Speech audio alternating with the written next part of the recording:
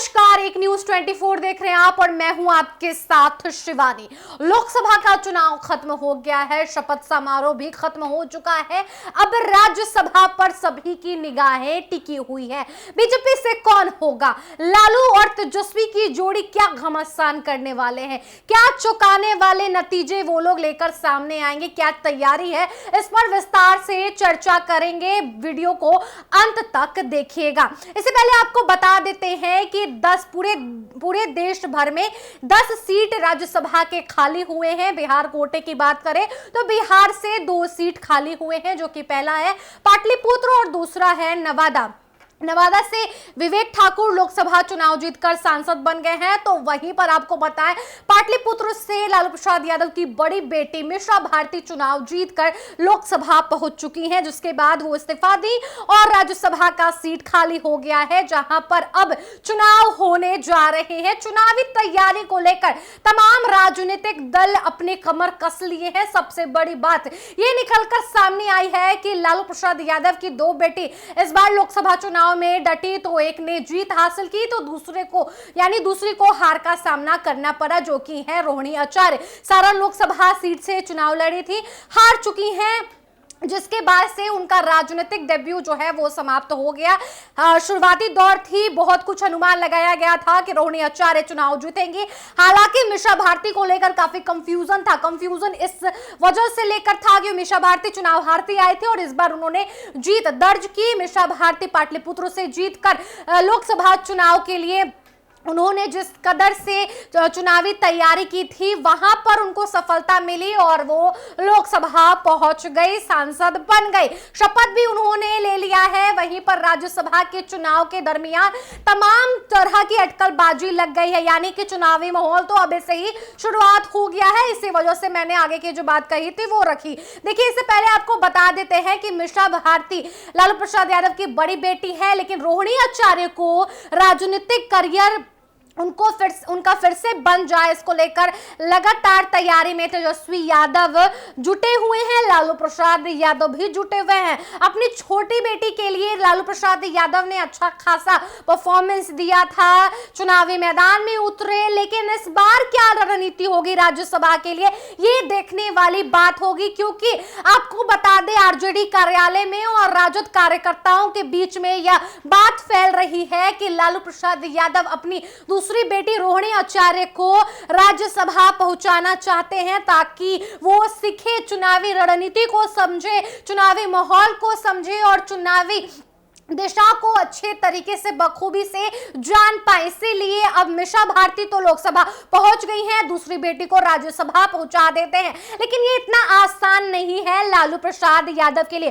जो कयासबाजी चल रहे हैं कि लालू प्रसाद यादव की बेटी रोहिणी आचार्य राज्यसभा की तैयारी में जुट गई है, लालू प्रसाद भी जुटे हुए हैं, तेजस्वी यादव भी जुटे हुए हैं। ये इतना आसान देखने में जितना लग रहा है उतना नहीं है। वजह भी आपको स्पष्ट कर देते हैं। वजह यह है कि लालू प्रसाद अगर अच्छी रणनीति बनाते हैं, अच्छी प्लानिंग करते हैं राज्यसभा के लिए, तब जीत हासिल हो सकती है। क्योंकि ये जो राज्यसभा के चुनाव होने वाले हैं 2 जगह पर, यहां पर अलग अलग नोटिफिकेशन जारी होगा और इसी नोटिफिकेशन के आधार पर तो चुनाव होने वाला है, जिसकी सबसे बड़ी वजह ये निकलकर सामने आती है कि लालू प्रसाद यादव अगर 2 बार अच्छी प्लानिंग नहीं करते हैं तो फिर हाथ से फिसल जाएगा ये भी सेट। यहां पर लालू प्रसाद यादव को जदयू के 10 विधायक को अपने पाले में लाना पड़ेगा। वजह भी समझ लीजिए आप, क्योंकि राज्यसभा के चुनाव के लिए लोकसभा में एनडीए के 128 विधायक हैं और लालू प्रसाद यादव को जीत अगर चाहिए तो महागठबंधन के टोटल 115 विधायक हैं। तो जीत कहां से संभव है? ये तो सीधी सीधी टक्कर है, यहां पर कोई कंपटीशन देखने को नहीं मिल रहा है, तो तैयारी बेकार हो जाएगी। लेकिन अगर लालू प्रसाद यादव प्लानिंग कर लेते हैं, रणनीति बना लेते हैं, मुद्दा सेट कर लेते हैं, तब उनकी बेटी राज्यसभा पहुंच सकती है।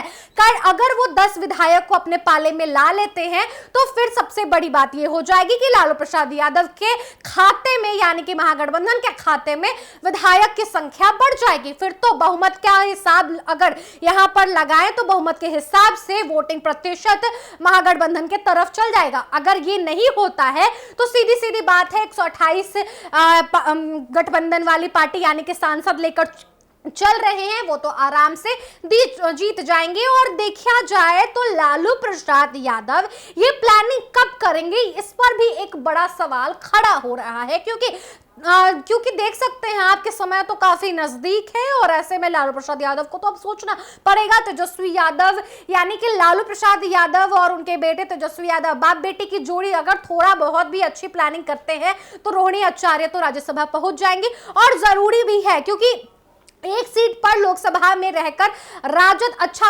परफॉर्मेंस नहीं कर पाएगी और राज्यसभा में अगर होता है तो विधानसभा के चुनाव के लिए थोड़ी बहुत तो सफलता लालू प्रसाद यादव के खाते में आ सकती है। यहां पर एक और चीज समझने की कोशिश कर सकते हैं हम, ये तो पहली वजह रही कि अगर लालू प्रसाद ऐसा करते हैं तो वो जीत पाएंगे। अब इसमें दम इसलिए भी नहीं है क्योंकि लालू प्रसाद यादव ये करेंगे कैसे, 10 विधायक लाना ये तो असंभव सी बात हो जाती है। अगर संभव कर सकते हैं तब तो नीतीश कुमार को बहुत बड़ा झटका लग जाएगा, उनकी पार्टी तो डूब जाएगी। फिर तो अब ना ही नीतीश कुमार अच्छे से जी पाएंगे और ना ही लालू प्रसाद यादव नीतीश कुमार को जीने देंगे क्योंकि उनकी पार्टी तो अब समाप्ति की ओर चल जाएगी। दूसरी बात अगर समझे तो लालू प्रसाद यादव मीसा भारती को अभी साइड रखे हुए हैं क्योंकि वो तो लोकसभा पहुंच चुकी हैं। मीसा भारती के सीट पर रोहिणी आचार्य का नाम सिर्फ और सिर्फ कयासबाजी के तर्ज पर लाया जा रहा है, इस पर कोई अभी पुष्टि नहीं हुई है। और दूसरी बयान पर अगर चले हम, यहां पर उपेंद्र कुशवाहा को उतारा जा सकता है। देखिए समझने की बात हो जाती है, कैबिनेट में बिहार से 8 नेता गए हैं और ऐसे में राजपूत का थोड़ा दम कम नजर आ रहा है। एनडीए चाह रही है कि राजपूत को, उनके वजूद को सभा में, संसद में वजूद को अगर बढ़ाना है, उनके वजूद को कायम करना है तो सांसद को लेकर आना पड़ेगा। तो राज्यसभा अच्छा मौका है, एक राजपूत कैंडिडेट को यहां पर खड़े करते हैं। लेकिन उपेंद्र कुशवाहा, आरएलएम के प्रमुख उपेंद्र कुशवाहा का राजनीतिक करियर समाप्ति की ओर बढ़ रहा है क्योंकि काराकाट से तो वो चुनाव लड़ नहीं पाए। अब एक मौका राज्यसभा उनके लिए बचा हुआ है। सबसे बड़ा कारण ये था उपेंद्र कुशवाहा हारे क्योंकि वोटों में बंटवारा हुआ और वोटों में बंटवारा होने की वजह से उपेंद्र कुशवाहा प्लानिंग नहीं कर पाए। मोदी का चेहरा यहां पर काम नहीं आया। अब उपेंद्र कुशवाहा के लिए एनडीए चाह रही है कि अगर मीसा भारती की सीट, पाटलिपुत्र सीट पर अगर वो जीत जाते हैं तो विधानसभा 2025 के लिए अच्छी तैयारी हो जाएगी। और यही वजह है कि 6 विधानसभा अच्छा खासा टारगेट वहां पर किया जा सकता है।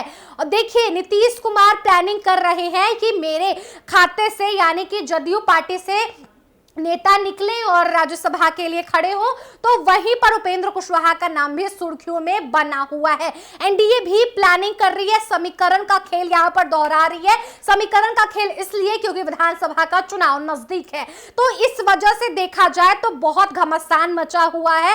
लालू प्रसाद यादव अगर अच्छा खासा प्लानिंग कर लेते हैं तो जीत संभव हो सकती है, लेकिन कठिनाई बहुत है रास्ते में, इसे रोकना पड़ेगा।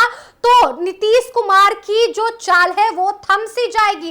देखिए अगर लालू प्रसाद यादव को इस कठिनाई को दूर करना है तो अपने बेटे के साथ समीकरण के खेल को समझना पड़ेगा, विधायकों को अपने पाले में करना पड़ेगा, लेकिन एनडीए भी ऐसा होने नहीं दे सकती है।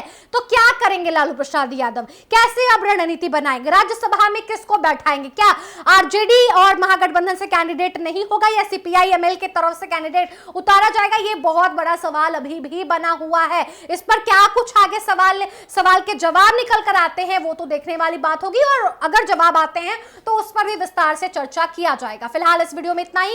इस वीडियो को आप हमारे यूट्यूब चैनल एक न्यूज 24 पर देख रहे हैं तो हमारे चैनल को सब्सक्राइब कर लीजिए। फेसबुक पेज पर देख रहे हैं तो फेसबुक पेज को लाइक कीजिए, फॉलो कीजिए। मिलते हैं आपसे अगले वीडियो में, तब तक के लिए धन्यवाद।